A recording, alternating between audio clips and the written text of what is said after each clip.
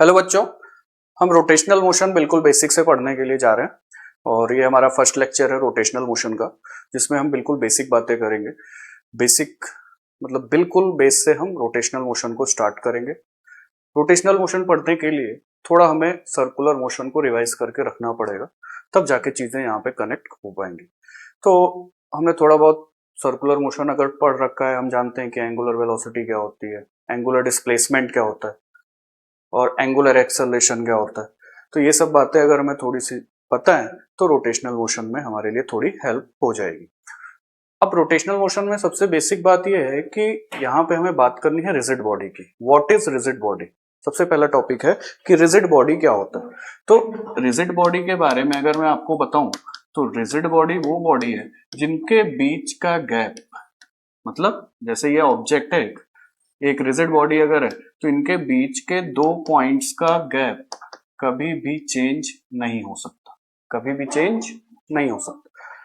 फिर से, एक रिजिड बॉडी वो बॉडीज होती हैं जिनके किन्हीं भी दो पॉइंट के बीच का गैप कभी भी चेंज नहीं होता, उनको हम क्या बोलते हैं? रिजिड बॉडी बोलते हैं। तो सिंपल सी बात है, कोई खास बात नहीं है। अगर इनके बीच का गैप कम हो जाएगा या बढ़ जाएगा तो ये हम रिजिड बॉडी नहीं बोल सकते। नाम से ही पता चल रहा है रिजिड, मतलब अपने गैप को वो चेंज करने वाले नहीं। अगर मैं बात करूं कि अगर एक ये ब्लॉक है और एक इसके साथ स्प्रिंग लगा हुआ है, दूसरा ब्लॉक है, क्या ये रिजिड बॉडी है? ये पूरा सिस्टम एक रिजिड बॉडी जैसा है क्या? नहीं, ये रिजिड बॉडी नहीं है। क्यों? क्योंकि अगर मैं इसको कंप्रेस कर दूं या एक्सटेंड कर दूं तो ये दो पॉइंट के बीच का डिस्टेंस हमारा चेंज हो जाएगा। तो इसको मैं एज अ रिजिड बॉडी नहीं है, नॉट अ रिजिड बॉडी। ठीक है, ये नॉट अ रिजिड बॉडी। या मैं पुली के ऊपर मान लिया अगर एक ऐसा एक ब्लॉक लगा दूं या दूसरा ब्लॉक लगा दूं, एक्सेलरेट होने के लिए छोड़ दूं इनको, तो क्या ये रिजिड बॉडी सिस्टम को मान सकता हूं? नहीं मान सकता हूं। ये रिजिड बॉडी ये भी नहीं है। मतलब रिजिड बॉडी बनने के लिए, रिजिड बॉडी होने के लिए उस रिजिड बॉडी के दो पॉइंट के बीच का कभी भी डिस्टेंस चेंज नहीं होना चाहिए। चलो, ये तो बहुत बेसिक सी बात हो गई। अगर डिस्टेंस चेंज नहीं हो रहा और वो ऑब्जेक्ट रोटेट हो रहा है, घूम रहा है या आगे चल रहा है, तो आगे मान लिया मोशन के केस में हमारे पास तीन तरीके के मोशन होते हैं। पहले तो हम ये समझ लें कि मोशन के केस में हमारे पास तीन तरीके के मोशन पढ़ने हमें। पहला तो हमने सबसे पहले प्योर ट्रांसलेशनल मोशन पढ़ लिया। अब उसके बाद हम पढ़ने क्या जा रहे हैं? Rotational motion. इसमें इस चैप्टर के अंदर रोटेशनल के साथ साथ combined rotational plus translational motion भी आने वाला है। तो हमने एक प्योर ट्रांसलेशनल मोशन पढ़ा, काइनेमेटिक्स से पढ़ते हुए हमारा प्योर ट्रांसलेशनल मोशन, जहां पे हर पार्टिकल, मतलब जैसे एक ऑब्जेक्ट है, एक्सटेंडेड ऑब्जेक्ट है, तो उसके हर पॉइंट की वेलोसिटी क्या होती थी? हमारी सेम होती थी। एक तरफ ऑब्जेक्ट जा रहा है, जैसे मैं एक एग्जांपल दूं तो हमारे पास ये एक रॉड है। अगर ये एक रॉड है तो अगर मैं इसको मैं ट्रांसलेशनल मोशन कराऊं तो ये जा रहा है आगे की तरफ, ये गया। जब ये चल रहा है तो उसके हर पॉइंट की वेलोसिटी सेम है। कोई भी पॉइंट मैं ले लूं, हर पॉइंट की वेलोसिटी सेम। अगर वेलोसिटी अलग रह जाएगी, ये पॉइंट पीछे रह गया, एक पॉइंट आगे रह चला गया, तो ये कोई ट्रांसलेशनल मोशन नहीं होगा। अब मैं बात करूं ट्रांसलेशनल मोशन के आगे रोटेशनल मोशन, जो कि हमारा चैप्टर है। रोटेशनल मोशन हमारा चैप्टर है। उस रोटेशनल मोशन में हमें यह समझना है कि अगर मैं इस ऑब्जेक्ट को, इस रॉड को एक किसी पॉइंट के अबाउट रोटेट करा दूं, इस पॉइंट के अबाउट मैंने क्या करा दिया? इसको रोटेट। अगर मैंने इसको रोटेट करा दिया तो इस पॉइंट पे ध्यान दो आप। तो इस पॉइंट की वेलोसिटी जब मैं इधर की तरफ जा रहा हूं तो इस तरफ है, इधर जा रहा है ये वाला पॉइंट, और ये वाला पॉइंट इसके एग्जैक्ट अपोजिट जा रहा है। तो क्या दोनों पॉइंट के वेलोसिटी की डायरेक्शंस अलग अलग है? दोनों पॉइंट के वेलोसिटी की डायरेक्शंस अलग अलग है। मैग्नीट्यूड, हर पॉइंट के वेलोसिटी की, लीनियर वेलोसिटी का मैग्नीट्यूड भी अलग अलग होता है। यहाँ का पॉइंट जो पास वाला होगा, जिस पॉइंट के अबाउट आप घुमा रहे हो, पास वाले पॉइंट की वेलोसिटी कम होगी, दूर वाले पॉइंट की वेलोसिटी ज्यादा होगी। ये हमें अभी ध्यान में रखना है। अच्छा, अब ये घूमेगा तो हमें यह ध्यान में रखना है कि रोटेशनल मोशन के अंदर लीनियर वेलोसिटी हर पॉइंट की अलग अलग होती है। रोटेटिंग बॉडी की लीनियर वेलोसिटी हर पॉइंट की अलग अलग होती है। एंगुलर वेलोसिटी की बात नहीं हो रही। एंगुलर वेलोसिटी हर पॉइंट की सेम होगी, but linear velocity her point की अलग अलग होगी। ठीक, अब बात करें तो जैसा मैंने आपको समझाया कि ट्रांसलेशनल मोशन में हर पॉइंट की वेलोसिटी क्या होती थी हमारी, सेम होती थी। कोई भी पॉइंट आप उठा लो, हर पॉइंट की वेलोसिटी आपको सेम मिलेगी। ऐसे मोशन को हम बोलते हैं ट्रांसलेशनल मोशन, ट्रांसलेशनल मोशन। और इसको हम बोलेंगे pure translational motion, pure translational motion.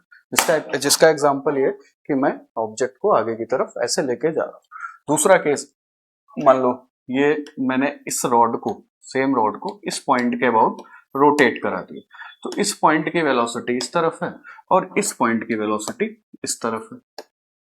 मैंने रोटेट कराया, जिस इंस्टेंट में मैंने रोटेट कराया तो देखो ये वाला पॉइंट इधर जा रहा है तो ये वाला पॉइंट इधर की तरफ है, तो दोनों पॉइंट के वेलोसिटीज की डायरेक्शन ही अपोजिट में, तो मतलब इसका मतलब दोनों पॉइंट की वेलोसिटीज अलग अलग है।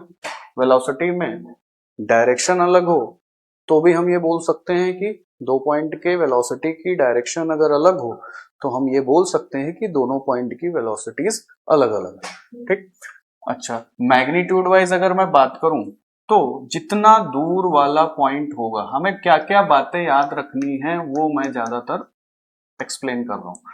जितना ज्यादा दूर वाला पॉइंट होगा, इस एक्सिस के अबाउट रोटेट हो रहा है रॉड, इससे जितना ज्यादा दूर आप जाओगे उतना ज्यादा मैग्नीट्यूड वेलोसिटी का बढ़ता चला जाएगा। जैसे यहां से जैसे जैसे स्टार्ट करोगे मैग्नीट्यूड वेलोसिटी का इंक्रीज होता जाएगा, इंक्रीज होता जाएगा। इस पॉइंट का मैग्नीट्यूड वेलोसिटी का सबसे ज्यादा होगा।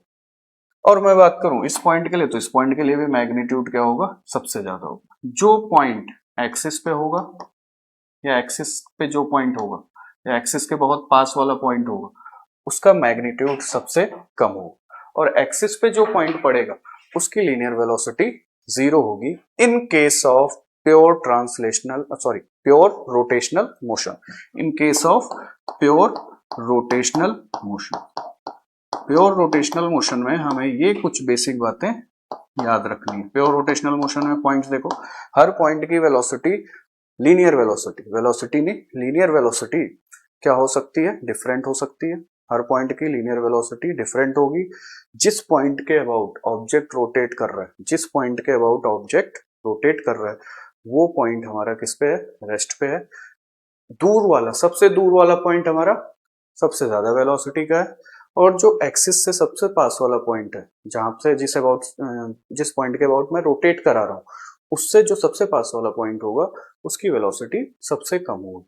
और वो पॉइंट जो एक्सिस पे ही है उसकी वेलोसिटी क्या है, जीरो है in case of pure rotational motion.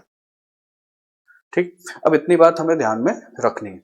Pure translational motion में हर पॉइंट की लीनियर वेलोसिटी, वेलोसिटी जब भी मैं बोलूं तो ये समझ में आना चाहिए आपको कि वेलोसिटी का मतलब लीनियर वेलोसिटी, वी की बात कर रहा हूं, तो V linear velocity pure translational motion में हर पॉइंट का सेम होता है। अब ये pure translational and pure rotational.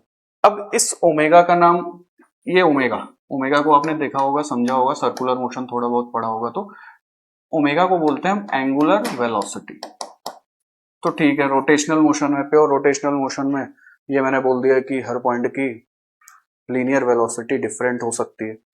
तो what about angular velocity, angular velocity का क्या, क्योंकि ऑब्जेक्ट रोटेट हो रहा है तो कुछ ना कुछ तो एंगुलर वेलोसिटी होगी इसकी। तो एंगुलर वेलोसिटी, हर पॉइंट की एंगुलर वेलोसिटी सेम होगी, हर पॉइंट की एंगुलर वेलोसिटी सेम होगी। क्यों सेम होगी, जैसे ध्यान से अगर हम इमेजिन करें तो अगर मैं इस पॉइंट के अबाउट इसको रोटेट करा रहा हूं, इस रॉड को सेंटर के अबाउट में रोटेट कर रहा हूं, तो जितनी देर में ये वाला पॉइंट एक सर्कल कंप्लीट करेगा, ये वाला पॉइंट जो सबसे दूर है, जितनी देर में ये वाला पॉइंट एक सर्कल कंप्लीट करेगा उतनी ही देर में सारे पॉइंट्स एक सर्कल कंप्लीट कर रहे हैं। इमेजिन करके देखो, जितनी देर में ये मैं घुमाता हूं इसको, तो जितनी देर में ये सबसे दूर वाला पॉइंट ये बड़ा सर्कल बनाएगा और जो सबसे पास वाला पॉइंट है वो छोटा सर्कल बनाएगा। मतलब सब सारे पॉइंट अपना एक खुद का एक सर्कल बनाएंगे। समझो, अगर ये समझना है तो हम ऐसे समझते हैं कि मान लिया एक रॉड है, इसके कई सारे पॉइंट्स हैं, इस पॉइंट के अबाउट मैंने इसको रोटेट करा दिया ओमेगा से, इसके कई सारे पॉइंट्स हो गए, पॉइंट ए हो गया, पॉइंट बी हो गया, पॉइंट सी हो गया, पॉइंट डी हो गया, ये कई सारे पॉइंट्स हो गए। अब मैं अगर देखूं तो ये जब रॉड पूरा रोटेट हो जाएगा तो ये वाले पॉइंट ने क्या हुआ, अपना एक सर्कल बना लिया। रोटेट होने के बाद ये वाला पॉइंट अपना एक सर्कल बना चुका होगा। रोटेट होने के बाद ये वाला पॉइंट अपना एक सर्कल बना चुका होगा रोटेट होने के बाद, ये वाला पॉइंट अपना एक सर्कल बना चुका होगा रोटेट होने के बाद। मतलब सब सारे पॉइंट्स अपना एक खुद का सर्कल बना रहे हैं। एक इमेजिन करो कि हर एक पॉइंट अपना एक खुद का सर्कल ड्रॉ कर रहा है एक रोटेशन के दौरान। अब जो सबसे दूर वाला पॉइंट है, सबसे दूर वाला पॉइंट कौन सा है? D point. डी पॉइंट क्या कर रहा है? तुम ध्यान से देखो तो सबसे ज्यादा डिस्टेंस वो चल रहा है। बेटा इमेजिन करो ये सारे जो पॉइंट हैं, ये जो ABCD सारे पॉइंट है वो एक साथ ही तो घूम के आ रहे हैं अपने जगह पे, एक साथ ही आ रहे हैं ना घूम के। तो टाइम तो सबको सेम मिला है, टाइम तो सबको सेम मिला है, बट इसको तो क्या है, इसको तो इतना डिस्टेंस कवर करना पड़ा उस टाइम में, और इस वाले पॉइंट को थोड़ा कम डिस्टेंस कवर करना पड़ा उसी टाइम में, और इस वाले को सबसे कम, और सबसे कम जो सबसे पास वाला पॉइंट था उसको सबसे कम डिस्टेंस कवर करना पड़ा। तो अब इस चीज से भी ये हमारा ये वाला पॉइंट समझना थोड़ा सा आसान हो जाता है कि जो दूर वाला पॉइंट है, देखो ABCD चारों पॉइंट को सेम टाइम मिला, चारों पॉइंट को सेम टाइम मिला, और डिस्टेंसेस चारों पॉइंट के क्या है? सर्कल कंप्लीट करने के लिए डिस्टेंसेस क्या है? अलग अलग है। तो टाइम सेम मिला और डिस्टेंसेस अलग अलग है, तो हमारे दिमाग में आना चाहिए कि क्या वेलोसिटी भी इन सबकी क्या होगी? अलग अलग होगी। फिर से टाइम सेम सबको मिला और सबके डिस्टेंसेस अलग अलग है, तो सबके टाइम भी क्या होने चाहिए? सबके टाइम सेम है, डिस्टेंसेस, फिर से टाइम सेम है, डिस्टेंसेस अलग अलग है, तो सबकी वेलोसिटीज भी अलग अलग होंगी। इसके पास मैंने बता दिया कि तुम्हारे पास जहां पे जिस पॉइंट के अबाउट ये रोटेट कर रहा है उस पॉइंट के जो सबसे पास वाला पॉइंट होगा उसकी वेलोसिटी सबसे कम होगी, तो इसकी वेलोसिटी सबसे कम है, इसको इतना सही सर्कल कंप्लीट करना था। इस पॉइंट की वेलोसिटी उससे ज्यादा होगी तो इसको थोड़ा बड़ा सा सर्कल कंप्लीट करना था।